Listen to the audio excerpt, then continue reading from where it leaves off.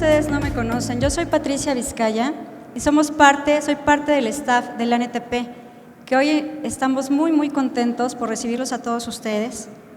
Muchísimos conductores que van a ser el día de hoy galardonados por este Premio Nacional de Seguridad Vial. Por favor, en la prontitud en que puedan, la gente que va entrando, tome sus lugares porque vamos a empezar. No me gustaría que se perdieran absolutamente nada de la conferencia de Eduardo.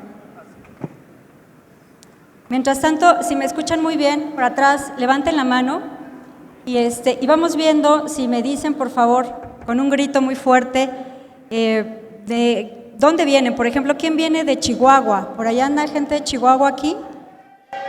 Muy bien, bienvenidos hasta atrás, felicidades Chihuahua. No sé, por ejemplo, Zacatecas. Zacatecas, muy bien, arriba Zacatecas. ¿Alguien más que me diga, por ejemplo, del Estado de México? ¿Por qué no aquí cerquita? ¿Del Estado de México? Muy bien. Ok, por ejemplo, de Puebla, muy bien. ¿Quién más? Grítenme de dónde vienen. ¿De dónde? De Tabasco, por ejemplo, y allá muy norte, Monterrey, Sinaloa. Muy bien. Sinaloa, muchas felicidades hasta Sinaloa también. Cancún, ay, qué rico Cancún, felicidades, allá son los de Chiapas. Muy bien, de todas las partes de la República Mexicana. Por favor, los últimos que van entrando con la prontitud que puedan, tomen sus lugares. Definitivamente le he robado una frase a nuestro conferencista del día de hoy, porque no tengo la menor duda que este es el lugar en que debemos de estar el día de hoy, el lugar que debemos de estar en la vida. Porque yo estoy muy contenta, seguramente ustedes muchísimo más que yo porque son los galardonados, pero estoy muy contenta, me honra mucho estar el día de hoy con ustedes. Ustedes son el elemento principal de este sector y la verdad es que pues voy a estar con ustedes el resto del día, pero antes que nada, y los primeros aplausos que vamos a otorgar el día de hoy son para ustedes mismos, si me permiten todos, vamos a levantarnos y darse un aplauso desde ahorita temprano. Muchas felicidades a todos y cada uno de ustedes. Les agradezco mucho a sus familias que los estén acompañando el día de hoy, a sus esposas, a sus hijos. Si alguien trae mamás, papás, qué maravilloso. Muchas felicidades a todos ustedes. Se ve hermoso el salón, no los puedo ver porque están oscuros ustedes, pero bueno, seguramente los veré mejor ahorita que empiecen las premiaciones. Les voy a presentar a nuestro conferencista. Él es Eduardo Garza Cuéllar. Eduardo es licenciado en Comunicación y maestro en Desarrollo Humano por la Universidad de Iberoamérica. Posee además el doctorado en Filosofía de la Universidad de Valencia. Desde 1991 dirige Síntesis, consultores en procesos humanos y un despacho del que él es fundador. Ha sido conferencista y consultor en Chile, en Argentina, en España, en Colombia, en Estados Unidos, Ecuador, Perú, Centroamérica, Puerto Rico, República Dominicana y es consultor de cientos de organizaciones, entre las que destacan empresas tan increíbles como Disney, el Colegio de México, la Orden Dominicana de México y el Perú, Avianca, la Bolsa Mexicana de Valores, la Secretaría de Educación, Bimbo, Citigroup, L'Oreal, Porsche, el Museo del Niño, Pemex y Meliá, entre muchas otras seguramente. Él es conductor también de radio y es periodista, es columnista de la revista Este País, colaborador del Istmo y miembro del Consejo Editorial de las revistas Conspiration y Ixus. Es autor de diversos libros, voy a solamente mencionar algunos, como El reto de humanizar, Serpientes y escaleras, Comunicación en valores. También es autor de audiolibros, por ejemplo, Cambiar en tiempos de cambio, Los miserables, Desarrollo de la conciencia ética y Teoría de los polos. Él pues es humanista, miembro de un gran consejo importantísimo de este sector, asimismo de un patronato de diversas fundaciones y promotor del desarrollo humano en diversos centros penitenciarios mexicanos. Él, y me encanta, es devoto de Serrat y dice que es resignado de Sabina. Él es contemporáneo del Concilio Vaticano II, del discurso de Luther King y también de Mafalda. Entonces, vamos a darle un fuerte aplauso a Eduardo Garza Cuéllar. Sin lugar a dudas, lo van a disfrutar muchísimo. Gracias, Eduardo, bienvenido. Bien, pues, gracias por esa amable presentación. Gracias enormes por la posibilidad de estar acá. Soy consciente de todo el cuidado, el cariño, la pasión, las conversaciones, la dificultad de que podamos estar reunidos acá, pero sobre todo gracias por esta impresionante fuerza. Me fascina poder estar acá y sentir la multitud, la unión de gente de bien que hoy una vez quizás al año se reúne y cuyo trabajo admiro, me parece fascinante y ocurre tantas veces en la soledad del camino. Así es que es especial podernos reunir, es especial poder sentir la fuerza del grupo y para mí es especialísimo poder hablar de un tema que me apasiona, que es este asunto de la vitalidad. La vitalidad es algo que nosotros nos costaría mucho trabajo definir. Échenme las láminas, por favor. Nos costaría mucho trabajo definir, pero es muy fácil de constatar. Todos tenemos un amigo vital, alguien que te contagia energía, alguien con quien estás y en la medida en que más tiempo estás con él, más ganas tienes de vivir, de comprometerte, de hacer cosas. En todas las familias y organizaciones hay personas que tienen este atributo de vitalidad. Por cierto, en toda familia que se respete, como en toda empresa que se respete, también hay el amigo poco vital. Ese es al revés. Más tiempo estás con él y como que te roba energía, como que te drena energéticamente. Hay gente que después de una plática de media hora tú sales deprimido. Si la plática duró 1 hora, tú sales al borde del suicidio de haber hablado con él. Y no sabes por qué, no sé si me explico.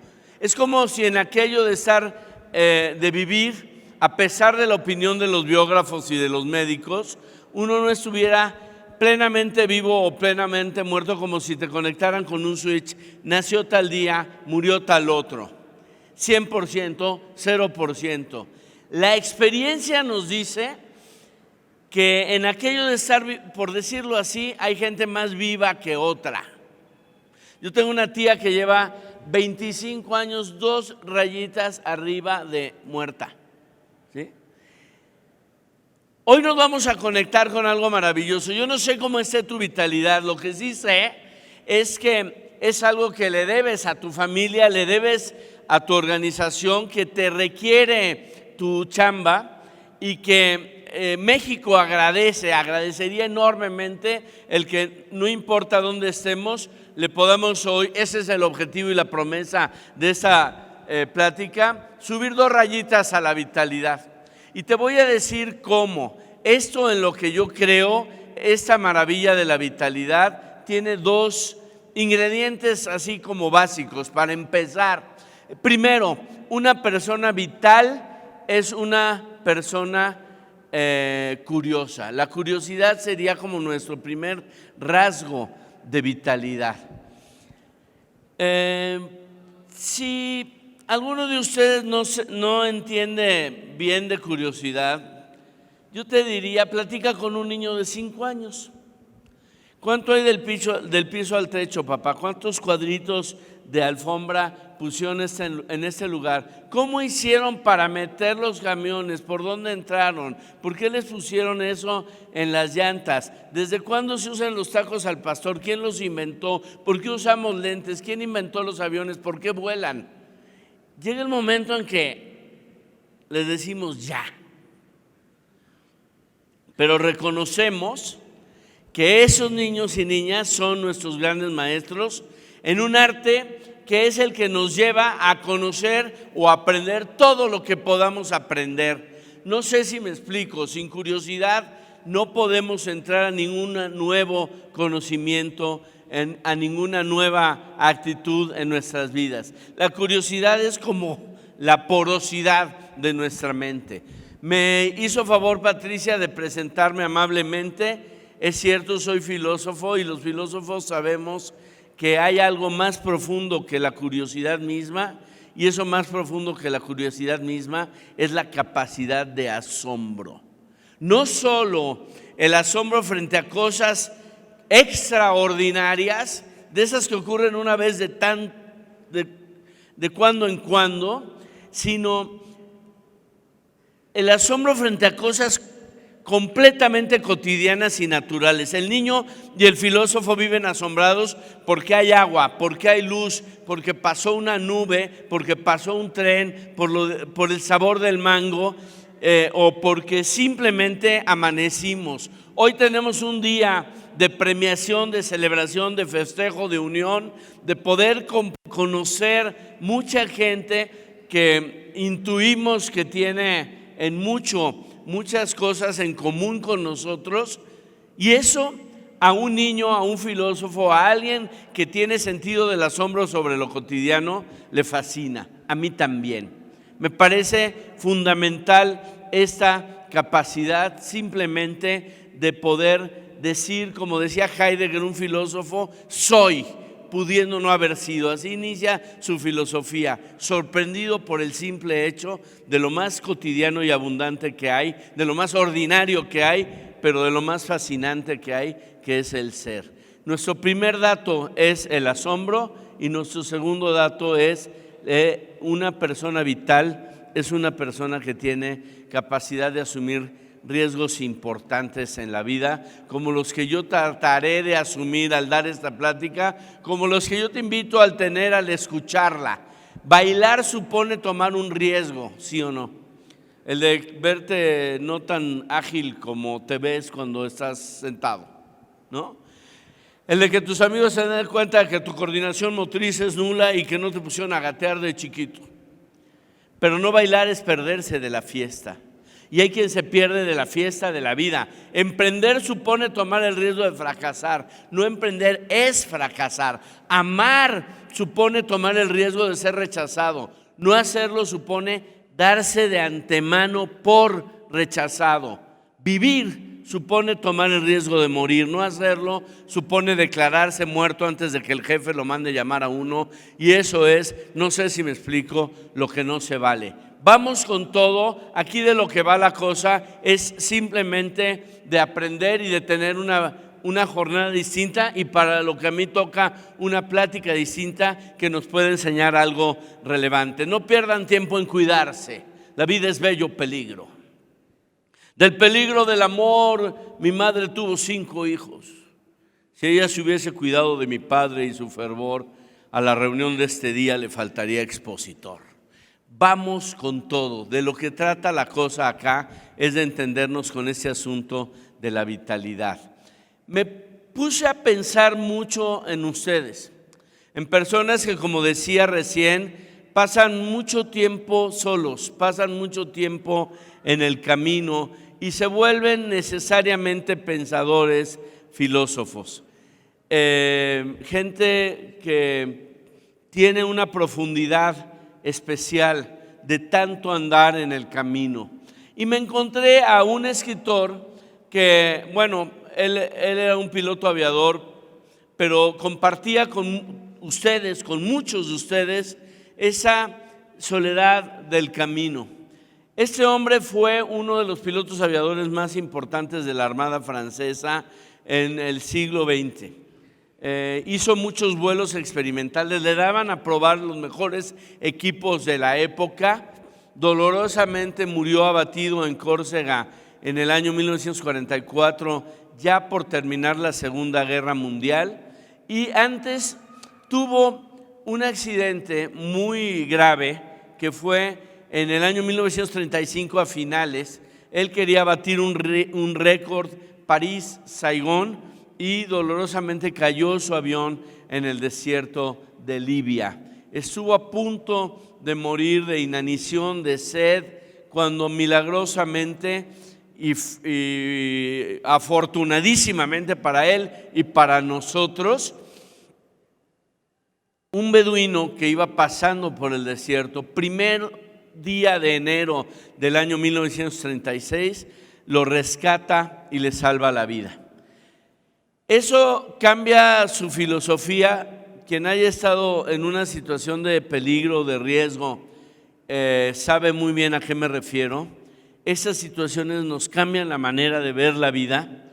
Él se da cuenta y resume que lo más importante para los seres humanos, qué paradoja, este hombre de soledad se da cuenta que lo más importante es los vínculos con otros. Es fascinante que hoy muchos de ustedes hayan venido acompañados por sus parejas, por sus personas queridas, significativas, porque de eso va el camino, de eso va la soledad, de darnos cuenta que lo más importante es los vínculos, las relaciones, esas que añoramos cuando estamos lejos. Cambia su manera de pensar, cambia su manera de volar, cambia su manera de vivir y cambia su manera de escribir, porque resulta que esta persona es también un gran escritor y le lega al mundo un cuentito que pudiera parecer un cuento de niños, pero que termina siendo una obra maestra del pensamiento y de la literatura. Ese hombre, piloto aviador, es el autor del Principito. Me gusta mucho recordar que también aquí hay una lección muy grande de vitalidad y de lo que nosotros llamamos estar bien con el reloj, con el tiempo. Nuestro mapa de la plática de hoy es un reloj, pero no es un reloj de los que miden con mayor precisión el transcurrir del tiempo, que sería digital. Tampoco es un reloj de manecillas. Por cierto, las generaciones digitales, nuestros niños a veces ya no saben leer relojes de manecillas, solo digitales. Pero hay un tipo de reloj que no mide con precisión el transcurrir del tiempo, pero que simboliza enormemente lo que el tiempo es. Nuestro mapa de navegación de esta plática es y será un reloj de arena. Todos tenemos un reloj de arena personalísimo. Abajo está nuestra experiencia vivida, abajo está en realidad nuestro pasado. Y voy a empezar por esa parte de los granitos que ya cayeron y que son fundamentales para todo lo que nosotros hacemos. Todos somos herederos de una historia familiar, nacional, personal, somos hijos y nietos de hombres y mujeres de bien, sin los cuales no podríamos estar aquí, pero tenemos también una historia personal que lo que dicen los que saben ahora de esto es que no es tanto lo que te ha pasado, los hechos, sino la manera como tú te cuentas tu propia historia, lo que estás repitiendo en tu corazón cuando hablas de tu historia, lo que elegantemente hoy llamamos una narrativa. Los hechos de nuestra historia son como, vamos a decirlo así, como los ladrillos, pero la historia que contamos es la arquitectura, es la manera como acomodando miles y miles de pequeños ladrillos, de pequeñas historias, llegamos a contarnos lo que nosotros somos para nosotros mismos. No sé si me estoy explicando. Esta frase del gran Eduardo Galeano me parece muy bonita. No estamos hechos de átomos, como dicen los científicos, estamos hechos ciertamente tú y yo de historias. Y en esas historias me voy a referir a una que me toca el corazón especialmente y que es un bello contraste de la manera como nosotros nos podemos contar la vida a nosotros mismos. Yo no sé si alguno de ustedes vio esta película que se llamaba Mar Adentro. Mar Adentro era una película era una narración de una historia real de un señor en España. Se hizo hace como unos 15 años, calculo. Se llamaba Ramón Sampedro. Ramón Sampedro es un hombre que queda cuadrapléjico a los 19 años. Tiene un accidente y en ese accidente pierde la movilidad. 20 y tantos años después él decide que ya no quiere vivir. Este es el actor que hace de Ramón Sampedro, se llama Javier Bardem. Y toda la historia es la historia de un dilema jurídico porque él se quiere quitar la vida, pero no se puede quitar la vida porque es cuadrapléjico. Está buscando quien lo ayude. Eso ya no se llama suicidio, se llama homicidio. Y él quiere que no se inculpe a la persona que lo ha asistido. Y nos meten en un dilema jurídico muy, muy, muy poderoso, muy fuerte, pero que no es nada junto al dilema ético, humano, familiar, emocional en el que nos mete la película Mar Adentro. La frase más suicida de la película es cuando él dice, le preguntan por qué no usa una silla de ruedas, porque resulta que no hace lo que puede hacer, lo que no puede hacer obviamente, pero tampoco hace cosas que sí pudiera hacer. Y él contesta, sería como aceptar las migajas de la existencia. Esa es su filosofía. La vida es un derecho. Si no me lo reivindican completamente, no acepto ni siquiera lo que me dan. No usa una silla de ruedas, no sale de su casa, vive en un segundo piso, no se mueve. Sería tonto a una película tan buena quererla contrarrestar con argumentos, con lógica, mucho menos con argumentos con moralina y con deber ser. Lo que yo sí puedo hacer es contrarrestarla historia, con la de un hermano mío que se llama Jorge Font. Le pasó lo mismo, se quedó cuadrapléjico a los 19 años de edad. Sin embargo, con esas supuestas migajas ha hecho banquetes. Es el mejor esquiador del mundo en su categoría para personas con discapacidad y ha hecho lo que tú has hecho y yo he hecho, el simplemente formar una familia. Tiene un hijo maravilloso que se llama Pablo Font, es mi ahijado, pinta a su papá en silla de ruedas, ya es mucho más grande que esto y curiosamente, maravillosamente, también, al igual que su padre, un gran esquiador. Si uno dice, yo no voy a aceptar las migajas de la existencia, el otro con esas mismas migajas hace banquetes. Y cuando alguien te ha regalado un banquete, lo menos que puedes hacer, y es lo que estoy haciendo hoy, es agradecerlo. Y yo con esas dos imágenes en la mente y en el corazón, me pregunto y te pregunto, hoy es un día propicio para preguntarnos cómo es que nosotros transitamos una carretera, cómo transitamos el trabajo, cómo llegamos a nuestras casas, cómo transitamos la vida, desde el reclamo o desde el entender la vida no como un derecho, sino como un don, como un gran regalo. Son dos maneras de entrar a tu casa. No sé si me explico. Hay quien llega a su casa como levantando la ceja diciendo o queriendo acusar todo lo que estuvo mal. Hay quien entra a su trabajo así como molesto, como diciendo no me han dado lo que merezco. Hay quien entra a su casa de otra manera, diciendo gracias. Hay quien entra a su casa diciendo me conmueve el que alguien como tú haya querido, haya decidido alguna vez que lo mejor que pudiera hacer con su vida fuera compartirla conmigo. Gracias, me conmueve. Y voy a hacer todo lo que esté de mi lado por honrar tu decisión, por honrar eso que tú me regalas.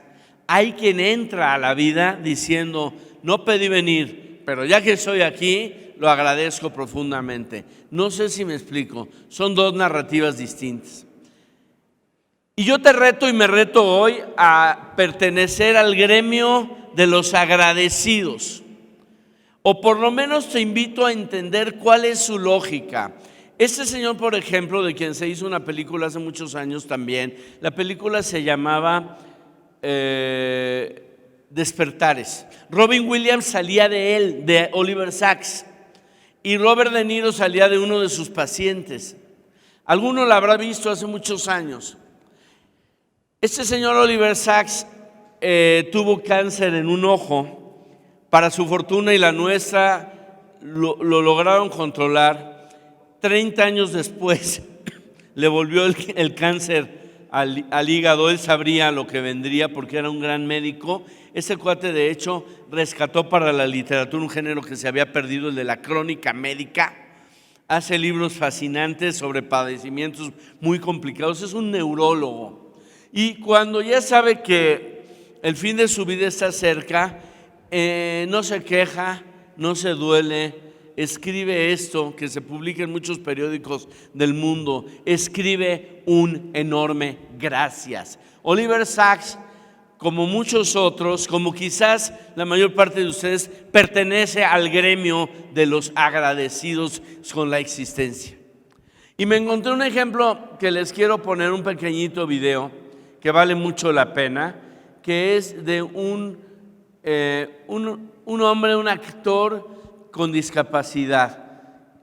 Hubo una película el año pasado que se llamaba Campeones. Se trata de un equipo de básquetbol en donde los 10 miembros del equipo tienen discapacidad. Una película muy conmovedora y bella, inusualmente bella, que le valió a uno de ellos el premio Goya al mejor actor de revelación. Son como los Óscares de los españoles, premios Goya. Y él da un discurso de agradecimiento que me parece conmovedor y que nos conecta con esta narrativa de una manera muy especial y que les quiero presentar en este momento. Señoras y señores de la Academia, ustedes han distinguido como mejor actor revelación a un actor con discapacidad. Ustedes no saben lo que han hecho. Me vienen a la cabeza 3 palabras: inclusión, diversidad, visibilidad. ¡Qué emoción! Muchísimas gracias.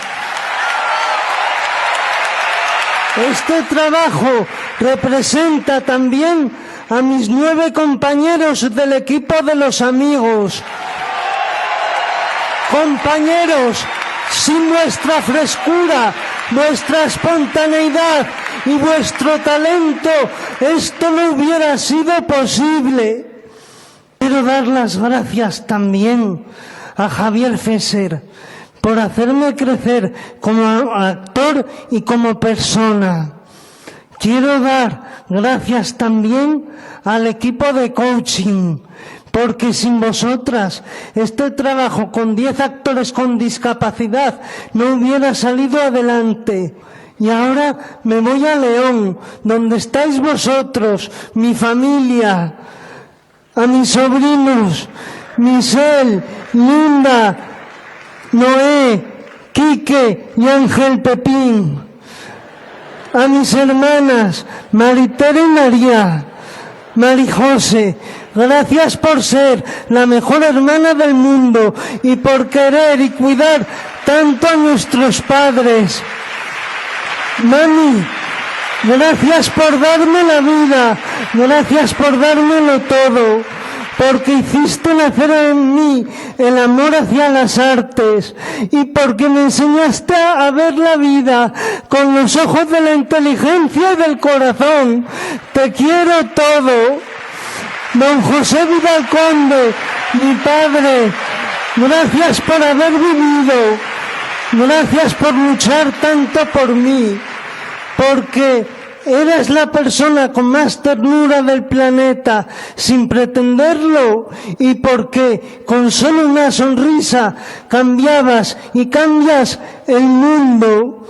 Queridos padres, a mí sí me gustaría tener un hijo como yo, porque tengo unos padres como vosotros. Muchísimas gracias.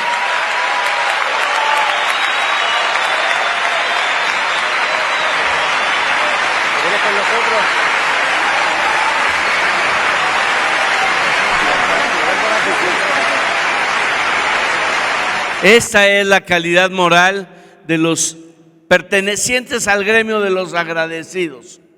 Habla bien de todos los que mencionó, pero no sé si estás de acuerdo conmigo. También habla bien de él, habla bien de su persona, habla bien de sí mismo, y esto es fascinante. Puede haber alguien aquí, yo mismo, que diga: si reviso todas las escenas de la película de mi vida, algunas las puedo agradecer y otras no, porque todos tenemos escenas en la película de nuestras vidas que no son fáciles de acomodar, que no recordamos con cariño. Hay escenas de la película de tu vida y de la mía que se nos atoran, que nos avergüenzan o que se nos dificultan o que nos duelen abiertamente. Y yo te traigo una buena noticia, lo creo. Hoy podrías salir de aquí honestamente mejor de cómo entraste. Puedes deconstruir y reconstruir esa obra utilizando los mismos ladrillos, pero haciendo una barda nueva. O dicho de una mejor manera, nunca es tarde para tener una infancia feliz. Nunca es tarde para tener una infancia feliz. Es decir, yo puedo reacomodar la historia. Y yo te voy a decir hoy cómo, y quizás lo más importante que te vengo a decir hoy es eso, y te lo voy a decir también desde la lógica cinematográfica, también desde la lógica de una película. En ese caso, una que iluminó mi juventud, mi adolescencia de manera muy especial, y que quizás alguno haya visto, se llamaba La Misión. La Misión era la historia de un conquistador muy temido hace 500 años en Paraguay. Ese hombre dedicaba su vida a hostilizar a los indígenas y a esclavizarlos.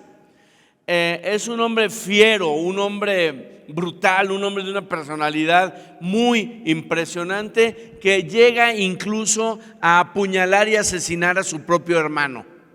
Cuando él se da cuenta de la atrocidad que ha cometido, se deprime, se recluye en una pequeña habitación en La Misión y no habla con nadie por meses. Come y toma lo mínimo, se deja crecer el pelo, las uñas, las barbas, hasta que un jesuita de La Misión le dice: tú eres un cobarde. Y él toma una enorme red en la que simbólicamente pone todo su pasado, escudos, armaduras, objetos de guerra, su espada, y se condena a sí mismo a cargar con ese enorme peso, lastre de su pasado por el resto de sus días, como una penitencia que se autoimpone. Se siente enormemente avergonzado de haber sido quien ha sido hasta ahora, de dedicar su vida a asesinar, a capturar, a comerciar con seres humanos. Hay una escena, sin embargo, en donde él, con todo su pasado a cuestas, llega a un lugar muy distante, muy alto, detrás de unas impresionantes cataratas donde se encuentra la comunidad indígena. Quiero que vean lo que pasa, porque aquí van a descubrir la clave, cómo es posible transformar nuestra propia narrativa, transformar nuestra propia historia, cómo es posible que tengamos una infancia feliz y que para ello nunca sea tarde.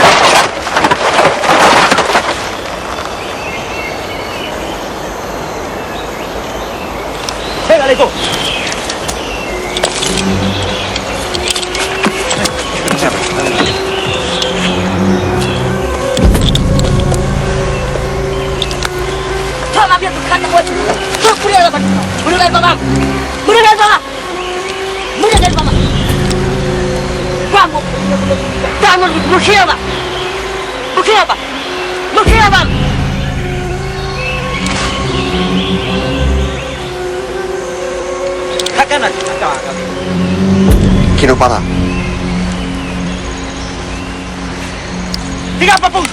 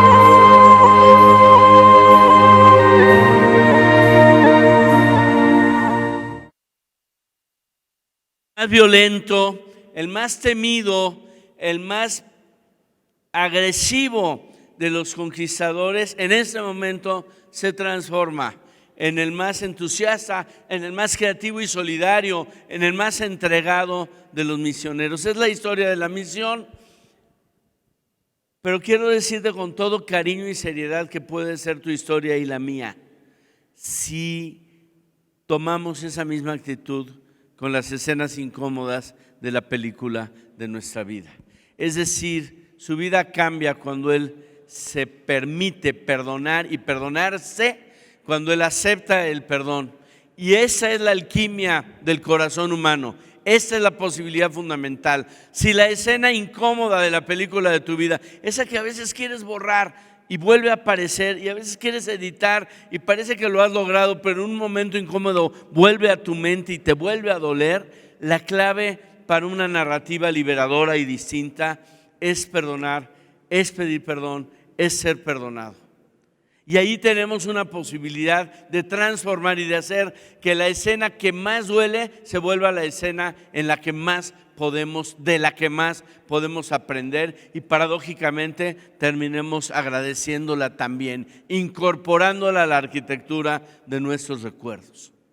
Voy un momento arriba, a los granitos de arena de arriba de nuestro reloj que representan el futuro.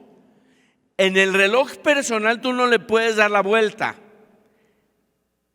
Ahí te quedan ciertos granitos, no sabemos cuántos. Aquí a simple vista se ve que a algunos ya no les quedan demasiados granitos, pero eso es a simple vista. No sabemos. Hay una incertidumbre allí maravillosa. Lo que sí sabemos es que la actitud que tomemos frente al futuro cambia nuestra estrategia vital. Yo platico con niños y niñas, con jóvenes, y les pregunto ¿cómo te ves en 10 años? Y es fascinante sus respuestas, porque nos van a decir cosas súper impresionantes, súper bellas, súper impresionantes. Les brillan los ojitos. Y el que quisiera ser misionero en África, quien quisiera estar casado con la más guapa, quien quisiera vivir en tal país o jugar fútbol o manejar un tractocamión de determinadas características o ser piloto aviador, no me importa. Lo grave es cuando le dices lo mismo a un cuarentón, cincuentón, ¿cómo te ves en 10 años? Y ya no contesta. O su respuesta es deprimente, no sé si me explico. ¿Quién diablos nos robó entre los 14 y los 40 algo tan bello, tan constitutivo de la vitalidad y del ser humano como la posibilidad de retar al futuro con un sueño? Pues bien, amigos, amigas, hoy venimos aquí a hacer, y ese es el sentido de nuestros reconocimientos, un acto de higiene de ideales.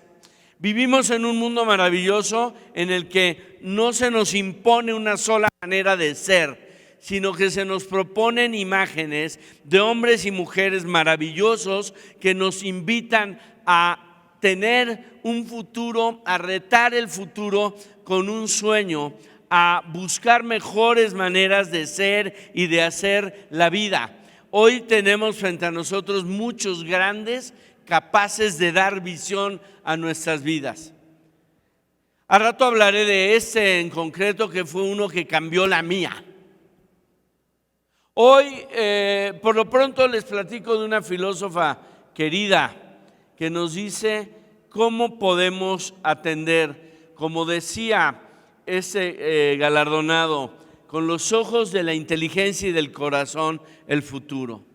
Y me voy a detener en dos palabras preciosas, lo que tiene que ver con el corazón y con el espíritu. La manera como el corazón y el espíritu pueden ver el futuro. En primer lugar, a través de una promesa. Todos sabemos que el futuro tiene una cierta dosis de impredecibilidad. No sabemos si volveremos del siguiente viaje. No sabemos siquiera si saldremos vivos de esta puerta. El futuro es impredecible, pero hay una mujer maravillosa, esta filósofa Hannah Arendt, que nos dice: los seres humanos tenemos una manera de vengarnos de esa impredecibilidad del futuro, que es precisamente algo que hoy esta asociación quiere reforzar con todos ustedes, que es el nivel de compromiso. Como tantas cosas que dice la filosofía, créeme, yo no lo entendía, porque la filosofía a veces sola la entiendes cuando la vives. Y en algún momento, visitando un penal, visitando una cárcel, entendí finalmente lo que ya había leído, pero no había comprendido. Visitando un penal, ¿quién ha visitado una cárcel? ¿Quién de los que levantamos la mano le ha pasado que en esa cárcel se encuentra a alguien a quien conocía, pero no esperaba encontrarse allí interno? Es fuerte, ¿no? La experiencia. A mí me pasó igual que a ti, y de repente digo, veo a alguien, un microsegundo después mi cerebro me informa que no está siendo un visitante, sino que es interno, es un amigo mío, no que sea mi mejor amigo, porque no sabía yo que estaba allí, pero yo había cenado en su casa, pues lo conocía bien, y de repente yo, que soy fluidito de mi lengua, me quedé mudo. Es como en los velorios que dices, todo lo que se me ocurre es una estupidez. ¿Qué le dices a una persona en esa situación? ¿Qué te trae por acá, güey? ¿No? ¿Qué has hecho? Todo me pareció una tontería. No sé qué le dije, pero sí sé qué me dijo. Me dijo, ¿cuándo regresas? Y yo le dije, regreso el 15 de noviembre. El 15 de noviembre, ese amigo, un matalote de 1.85, moreno, con cara de malo, saca un pequeño gobelino bordado por él y me lo regala y me dice, te hice esto. Y es uno de los regalos más conmovedores de mi vida. Lo enmarqué, lo tengo en mi cuarto y me parece muy impresionante. Sobre todo me impresionó cuando supe que hacía 7 años nadie lo había ido a visitar. Allí entendí a Hannah Arendt, allí entendí que todos somos como el zorro del Principito, esperando, como dice el gran Joaquín Sabina, un encuentro que ilumine nuestro día. Allí entendí que una promesa le resta impredecibilidad al futuro. Hacía 7 años nadie lo había ido a visitar. Ese mes que pasó entre que lo vi y me regaló el cuadrito, fue un mes distinto para él, como lo fue también para mí. A través de una promesa iluminamos y transformamos el futuro. Y sobre todo cuando es una promesa que se comparte, que se compromete, cuando la promesa pasa a ser un compromiso. No sé si me estoy explicando. Y luego está la esperanza. Todos somos hijos de la esperanza. Yo tengo unos amigos que les dijeron cuando estaban esperando a su bebé que iban a nacer con síndrome de Down. Eso es lo que le dijeron a ellos, ¿sí? Por supuesto se preocuparon mucho, se angustiaron mucho. Mi cuate me decía, un día no dormía yo, otro día no dormía mi esposa, un día no dormía yo. Y pasan 6 meses y el niño nace sin síndrome de Down. El médico no sabía dónde esconderse. Les fueron 6 meses de una noticia, de un mal diagnóstico, para fortuna de ellos, pero de mucha angustia, obviamente. Y hace poco que yo vi a ese niño, le dije, tú eres un afortunado. Yo sabía por qué se lo decía, porque no había sido esperado solo en el orden de la espera, sino en el de la esperanza. Porque no había sido esperado por lo que podría hacer, sino por quien podría ser, por quien ya era. Y me pasó algo que te habrá pasado a ti también posiblemente alguna vez. Me pasó que al decírselo, me lo dije, que yo me di cuenta que yo también era una apuesta de futuro de dos locos que dijeron va, a pesar de los pesares. Todos somos hijos de la esperanza. Alguien pudiera aquí también decir, yo no me siento tan bendecido.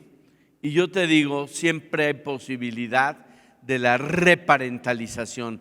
Hay el padre y la madre de tu alma, hay las gentes que creyeron en nosotros antes que nosotros mismos.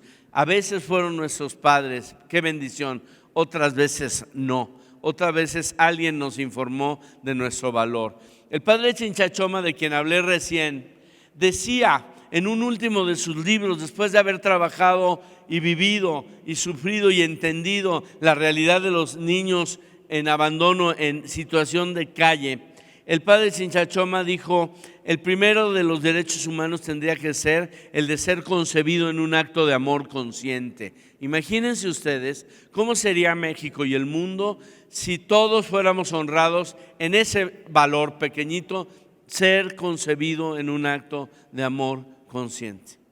Él sabía que no todo el mundo había sido reivindicado en ese valor. Él sabía que había niños y niñas que transitaban las calles de la Ciudad de México y la de Puebla y la de muchas otras ciudades, siendo engendrados biológicamente, pero sin saber el valor, la dignidad que había en ellos. Y se dedicó a lo que hoy elegantemente los psicólogos llaman reparentalización. Se dedicó a informarle a esas niñas, se dedicó a informarle a esos niños lo que eran, lo que valían a los ojos de Dios. Lo que la dignidad y el valor no cambiable por nada que había en ellos como seres humanos. Y ese es el enorme valor de una prédica como la de él. Se lo dijo a ellos, pero me lo dijo a mí. Yo también, y muy probablemente tú también, sepas que alguien, no solo tus padres, sino alguien más, maestros quizás, te dieron la noción del valor que tendrías tú y te hicieron sentir que tú también eras hijo de la esperanza. ¿Qué es eso de la esperanza? Mira, ese señor tiene derecho a hablar de ello porque él estuvo en la cárcel más de 18 años. Se llama Václav Havel. Havel fue un cuate que pasó 18 años en la cárcel en Praga. Él fue un gran literato checo. Escribía obras de teatro que se representaban en todo el mundo. Cuando la presencia de la Unión Soviética en su país se recrudeció en 1968, él fue puesto en la cárcel y escribió y nos hizo entender, bueno, luego de la cárcel, como Nelson Mandela, de la cárcel pasó a la presidencia de su país. Fue el último presidente de Checoslovaquia y el primer presidente de la República Checa. Su vida se transformó, él mismo decía que parecía un cuento de hadas su vida. Cuento esto porque él tiene derecho a escribir sobre la esperanza. Él nos hace ver que la esperanza no depende de un estado de ánimo. Esa esperanza que le debemos a nuestros hijos no depende tampoco de un cálculo de cómo van las cosas en México o en el mundo. La esperanza es una virtud del Espíritu. Y él la define simplemente como la sensación de que la vida y el trabajo tienen una razón de ser.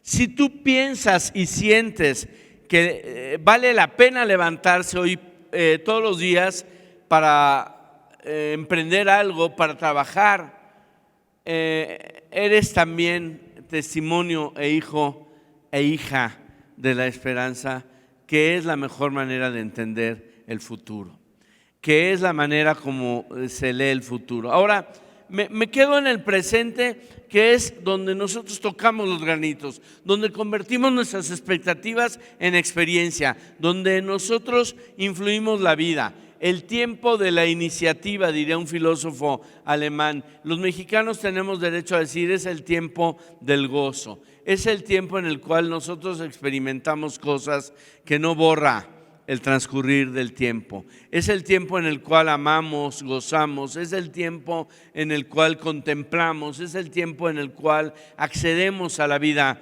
estética, a la vida espiritual. Es el tiempo del asombro. Es el tiempo que nos hace sentir parientes, no solo del tiempo, sino de lo eterno también. Ese es el presente. ¿Qué he dicho y cómo cierro esta plática? Te invito a vivir el pasado con gratitud, haya sido como haya sido. Y si hay alguna escena de la película de tu vida que no agradeces, yo te digo hoy, a través de esta magia del perdón, la puedes terminar agradeciendo. El otro día me contaban de una comunidad en el sur de Estados Unidos, algodonera, como el norte de Estados Unidos, sur de México, sabemos, fue un cultivo muy tradicional muchos años, lo sigue siendo todavía, pero vulnerable. Allí les cae una plaga, se llama el picudo. Termina con la cosecha y con el ánimo y con la economía de ese pequeño pueblito, de esa pequeña comunidad. Al año siguiente, con mucha dificultad, empiezan a sembrar, ya no solo algodón, ahora otro tipo de sembradíos. Hasta que se dan cuenta, también hacen industria, también hacen servicios. Años después caen en la cuenta de que están mucho mejor de lo que estaban cuando se dedicaban solamente al cultivo del algodón. Y lo chistoso y curioso del tema es que en ese momento le levantan una estatua a la plaga, al picudo, reconociendo que eso que había sido para ellos una maldición en apariencia era lo que había permitido despertar su talento, su corazón, su creatividad para ponerla al servicio de su comunidad. Lo que quiero decir con esto es que cuando transformamos la narrativa, podemos hacer de una maldición una bendición. Podemos hacer de algo que se nos atoró y fue difícil en nuestras vidas, algo que finalmente podemos mirar con gratitud. El futuro, verlo siempre con esperanza, entendiendo que la esperanza no es un cálculo estadístico ni un estado de ánimo, entendiendo con Václav Havel que se trata de una virtud espiritual. Si nosotros hacemos las paces con nuestro pasado y miramos el futuro con esperanza, entonces rescatamos la iniciativa, ese tiempo maravilloso que es el presente, en el cual podemos aportar y transformar, ayudar a hacer un poquito mejor nuestra familia, nuestra sociedad, nuestra comunidad, nuestra empresa, nuestro entrañable México, nuestro país. Voy a terminar contándoles algo sobre este hombre maravilloso al que yo hacía referencia al inicio, el gran Exupéry, ese señor que escribió El Principito. Él se da cuenta, y eso es muy conmovedor, que si se encontrara a aquel beduino que salvó su vida en Libia el 1 de enero de 1936, no lo reconocería. Las circunstancias del accidente fueron tales, estaba tan al borde de la muerte que no podría reconocer la cara, el rostro del hombre que le salvó la vida. Y él hubiera querido agradecer profundamente al hombre que le salvó la vida, pero se da cuenta de que ni siquiera lo podría reconocer, aunque lo viera en la calle, aunque se lo topara en algún lugar. Había sido una bendición anónima para su vida, había sido el buen samaritano que salvó su vida, y sin embargo es un hombre sin el cual no tendríamos la magia del Principito, sin el cual este hombre no hubiera escrito y vivido de la mejor manera. le cambió y le salvó la vida, pero él se da cuenta que no lo puede agradecer. Y esto le parece muy doloroso al principio, pero después le parece un mensaje maravilloso, porque él dice, es cierto, yo no lo podré reconocer, yo no le podré dar las gracias, pero hay cientos y miles de seres humanos en los que yo puedo honrar y agradecer su gesto. Exupéry se dio cuenta de que podía reconocer y honrar, agradecer el rostro del hombre que salvó su vida en muchos otros rostros de niños y niñas y de hombres y mujeres que sí estaban a su alcance. Había reconocido la bendición de una estafeta generacional. ¿Qué quiero decir con esto? Yo, igual que tú, a las personas que nos dieron lo mejor, quizás ya no. Yo, por ejemplo, mis padres ya murieron ambos. Y sentí el peso de la orfandad, pero luego la bendición de saber que si yo no tenía un referente generacional hacia arriba, sí tenía y era referente generacional hacia abajo, de otros a quienes yo podría pasar la estafeta de la dignidad. Ojalá, yo sé que ustedes son de ellos.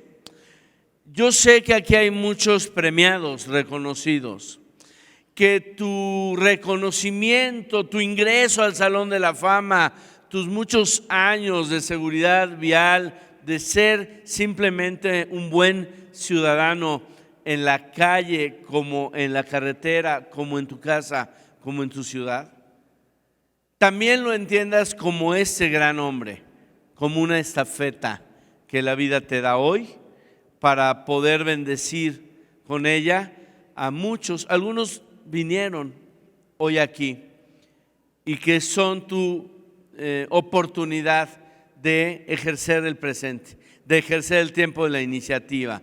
Créanme, creo profundamente que México nos requiere de manera muy bella y especial en estos años y en los subsecuentes. Y quiero terminar diciendo que me honra estar aquí. Lo primero que empecé a decir, me honra estar aquí frente a ustedes, que son una buena noticia, frente a ustedes que me hacen ver que la vida vale la pena y que no saldrán quizás en muchos periódicos el día de mañana, pero que son una enorme esperanza para mi corazón. Es muy emocionante, es fascinante pararse frente a más de 1000 seres humanos dispuestos a seguir trabajando a favor de este país. Dios los bendiga, muchas gracias, muchas felicidades. Un gran día, hoy será un gran día. Gracias.